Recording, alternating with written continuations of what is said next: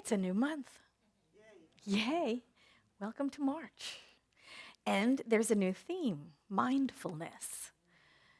If you remember, we coordinate our themes for the month with the Science of Mind magazine so that you can read articles and daily guides, excuse me, that are on the same theme that we talk about every week here. See how that works out so well? And new people, all of the new people that just signed on to membership, you're here.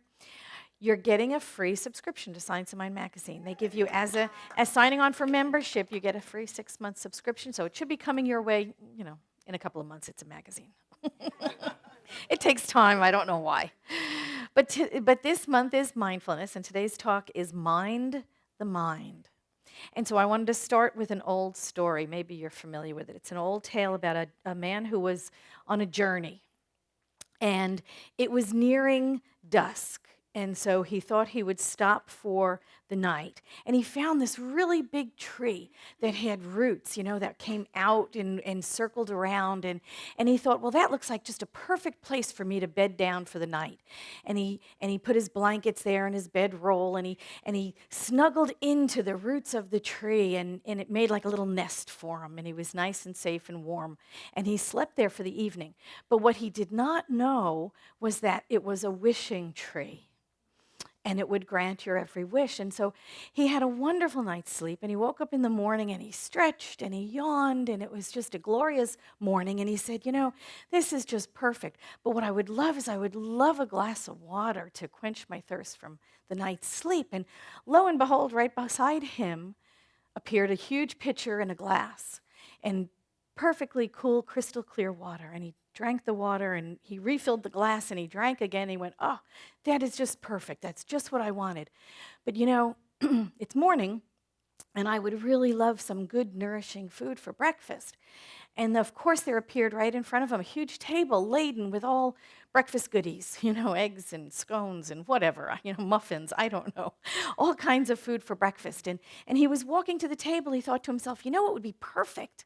It would be perfect if I had a companion here, if I had a lovely woman show up and I could share breakfast with her.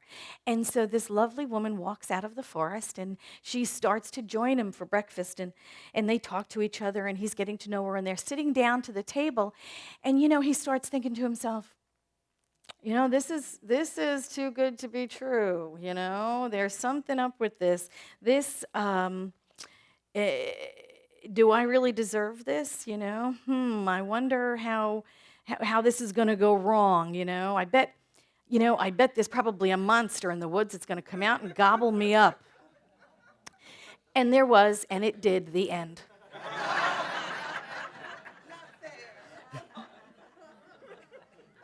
And that is why it's important to mind our mind.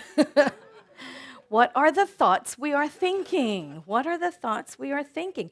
We can think up all kinds of things that run counter to our desires, right? And we have the power of imagination. We have that power of imagination. We can conceive of all kinds of monsters in our lives gobbling us up, can't we?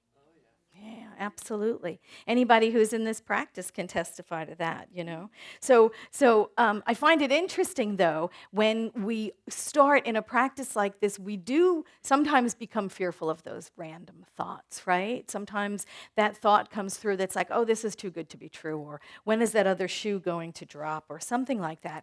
So although we have the power to manifest our thoughts, what do we say? We say it is the most predominant thoughts that usually outpicture, those default thoughts that we go back to over and over again. Could you imagine if we outpictured every single thought that ran through our heads? Well, we'd all be millionaires, maybe. I don't know. Or we'd all be in really, really deep trouble. I have no idea. You don't know which sometimes, do you? Because if every single thought you thought outpictured as a thing, the world would be really weird. So let's think about that for a moment. Let's think about this whole philosophy. It's like planting a seed. This is the analogy that Dr. Ernest Holmes, our founder, used all the time, right? Seed, soil, plant. He said the thought is the seed that we plant into a receptive soil, into the medium of universal subjective mind. And then that seed outpictures, it manifests in some way in our lives. That is the divine creative process, right? Seed, soil, plant. So our thought is the seed. But a random thought, one of those just random thoughts that go through our heads, is like that, the throwing the seed on a concrete. You know, it's not going to go anywhere. It's not going to do anything. It's not going to burst open and sprout and come into manifestation. Without proper nourishment, without receptive soil, without watering, the seed doesn't produce, does it? You know, and that's that excuse me, passage in the Bible, Matthew 13. That's what that was about. The sower went out to sow, remember, and let me just read it. And as he sowed, some seed fell by the wayside, and the birds came and devoured them. Some fell on stony places where they did not have much earth. They sprang up, but because they had no depth, when the sun came out, they were scorched and died.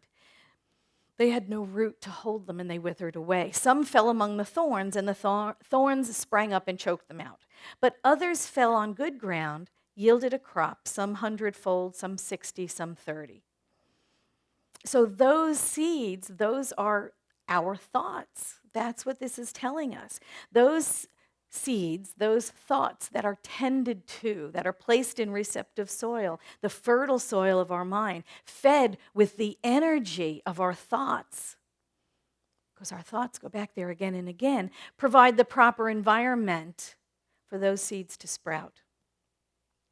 Did you ever do that experiment? I don't know. We did it when I was a child in elementary school, where we had the beans, and the experiment was they put the beans on a piece of damp paper towel, and they put it between two panes of glass, and rubber banded it together and kind of like put it in a little tray of water, shallow water, so that you could actually see what happened over the course of time. You know, we always talk about putting our thoughts as seeds in this ground, and then we keep digging it up to see if it's going to work or not, you know. We keep going back wondering whether it's going to manifest, and that's like digging up the seed to see if it's going to sprout. But this little experiment was so cool because you could actually see it. It was between two panes of glass, so when the conditions were right, when the moisture was there, when the sunlight was there, when all of the conditions were right, sure enough, that bean pod broke open with such a tremendous amount of force, and there was that little green sprout, and it started growing up toward the sun.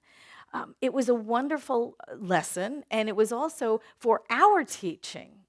Just a wonderful analogy of what goes on. It takes a lot of energy for that seed pod to break open and for that little seedling to emerge and start heading for the sun.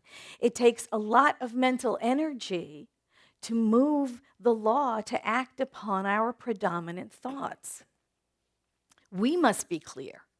We must have conviction, and we must know. That is the mental part of affirmative prayer. That's why when Ernest Holmes years ago named it spiritual mind treatment, that was the mind part of this affirmative prayer.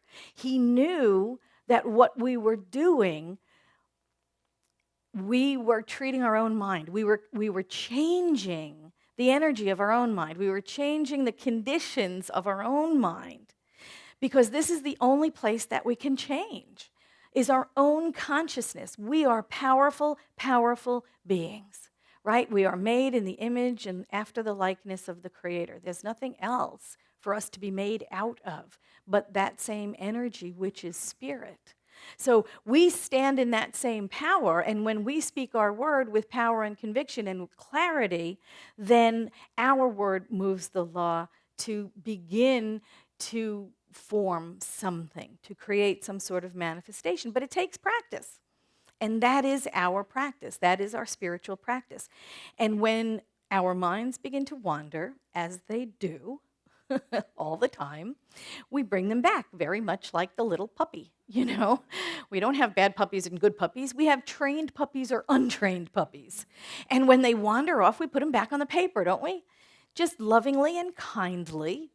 When the little puppy wanders off, we put it back on the paper. Same thing with our minds. Lovingly and kindly bring the mind back to the thoughts that we would have. And that's why it's so important. That's why our spiritual practice is so important, because it is that training. It is bringing the mind back to break old patterns and to build new patterns. That's really what we do when we meditate, when we do our affirmations. We're reminding ourselves of who we are. We are reminding ourselves of the truth of our being. And it is the only place it can be done, is in our own mind. And we are the only ones in there. We are the only ones in there. Remember those old horror movies where the phone rings and terrorizes the woman, and the phone rings and terrorizes the woman, and then the phone rings again, and it's the cops, and they say, "Get out of the house, the phone call, it's coming from inside the house." I love those old movies. Okay. But that's what's going on in our heads. We're the only ones in there. The phone call is coming from in the house. There's nothing else, It's your own thoughts you're being terrorized by. So that's the only place we can change, is in our own mind. I remember Jacob Glass once, years ago, when he was speaking at Pacific Church, he said, people complain that, I have no control over my thoughts. And he said, you know what? If we all had loudspeakers right here in our foreheads, and it broadcast every thought that you have out into the open so that everybody around you could hear it, you'd be able to train your mind really, really fast. You would be able to pick and choose your thoughts very, very quickly. And it's true. We're just indulgent, right? We just indulge our minds. We don't train them. We don't practice. We indulge it and let them run rampant all through our heads. And we think all kinds of things. But that's what our spiritual practice is about. It's about picking and choosing our thoughts. It's about creating that fertile soil in our minds so that the thoughts we pick and choose, we place into that fertile soil. Those are the ones that are going to manifest in our lives. Ernest Holmes said this in Love and Law. He said, you've got to practice these things. Take a few moments each day in the silence and the recognition of the infinite life. Affirm 1, it is in me now. 2, I can use it. My word goes forth into mind. 3, it takes my word and creates it. 4, I see in my life the thing it has created. 4 steps. Take time every day to practice those 4 steps. Take time every day to know the truth of our being. We take time every single day to analyze your thoughts, to look at them, to decide which ones are supporting, which ones are life-affirming, and which ones are not. We are minding our mind. We must mind our mind. We must become aware and awake to the thoughts that are running through our minds, the everyday chatter, that long and winding narrative that you have, don't you? That long and winding narrative of our life, which is the story we keep telling ourselves over and over and over again of who we are, how we are, and what we are capable of. And a lot of times, you're not doing yourself justice with your story. A lot of times, you're selling yourself short. You are more powerful, you are more loving, you are more joyous, you are more abundant, you are wiser than you give yourself credit for. You know is it the Rumi quote, right? You're not the ocean, but you're the entire ocean in a drop. That's the nature of us. We are the entire ocean in a drop. Everything, every quality of God is contained within us, from abundance to wisdom and everything in between, all of those qualities. They're all contained within us. So what do? We have to question. This is a practical spirituality, right? So the first thing you do is question your thought. Question your thought. Are they true? Is that thought that I'm thinking right now, is that truth, first of all? Is it truth with a capital T? Is it supporting me? Is it supporting the me I am today? Because some of the thoughts we thought as children maybe did support us as children, but not now. Not the me that we are. So is it supporting the me that I am today? Is it supporting the me I desire to evolve into? The me I wish to become? And if not, what are we going to replace it with? That's minding the mind. If not, what do we want to replace it with? Because thoughts of fear and thoughts of lack, thoughts of loneliness, thoughts of illness, thoughts of separation, they're not the truth of us. They are not the truth of us. And so we have to keep going back and we have to keep challenging that, don't we? Are they supporting the me that I am today? And that is our spiritual practice. There's lots of thoughts, there's lots of beliefs that we have that we've been raised with that support us. You know, like don't stand in front of an oncoming train. Yay. Learn that one from when you were little, right? Still supporting me today. I'm not going to go and try and do it. But there's lots of limiting beliefs that are also holding us back. And it's our spiritual practice to question that all the time, to challenge our thoughts, to decide what thoughts we're going to keep and what thoughts we want to transform. Where do we want to spend our mental currency? Because the energy of your thoughts is what goes out to manifest. So where are you spending that mental currency? In growing things, in planting seeds that you desire, or planting seeds that you really like, oh God, no, not this again. You know, it's kind of like when you're dating and you meet some other guy and you meet some other guy and it's like they're different faces, but they're all the same guy, you know, because we haven't gotten it yet. So it's about going back and saying, you know, what is that thought? Do I believe that thought? Is it truth? Is it true? Is it true for me? Is it true for the me that I am now? And does it support the me that I am today? And if it isn't, then we need to change it. You know, we don't have to believe every thought we have. That's an interesting thing, right? You don't have to believe every thought you have. Lots of things run through our heads,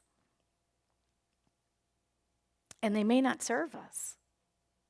They may not serve us. Ernest Holmes said this in The Science of Mind. What a great joy should accompany everything that we do. An expectancy, love. Love everything. Love everything. Praise everything. Recognize all things. Believe all things. Accept all things. There is a laughter in God. Let's laugh it. There is a song of the universe. Let's sing it. There is a hymn of praise. Let's praise it. There is a joy, a beauty. There is a deep, abiding peace. Let's experience it.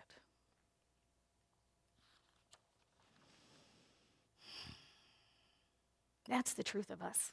That is the truth of us. We are love. That's it. We are love. God is love. Isn't that what we say all the time? God is love. We are that. We were made in the image and likeness of the Creator. There's nothing else for anything to be made out of.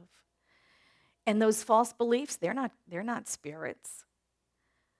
They're a human mind that's afraid, a human mind that has lost or temporarily misplaced the truth of its being. We are all of those qualities of God expressing in and through and around us. We are the place where God shows up in form on the earth. We are the only place where spirit can do the work is only through some physical vehicle. We're it. We're it right now. So this week is your week to question your thoughts. This is the week to mind your mind.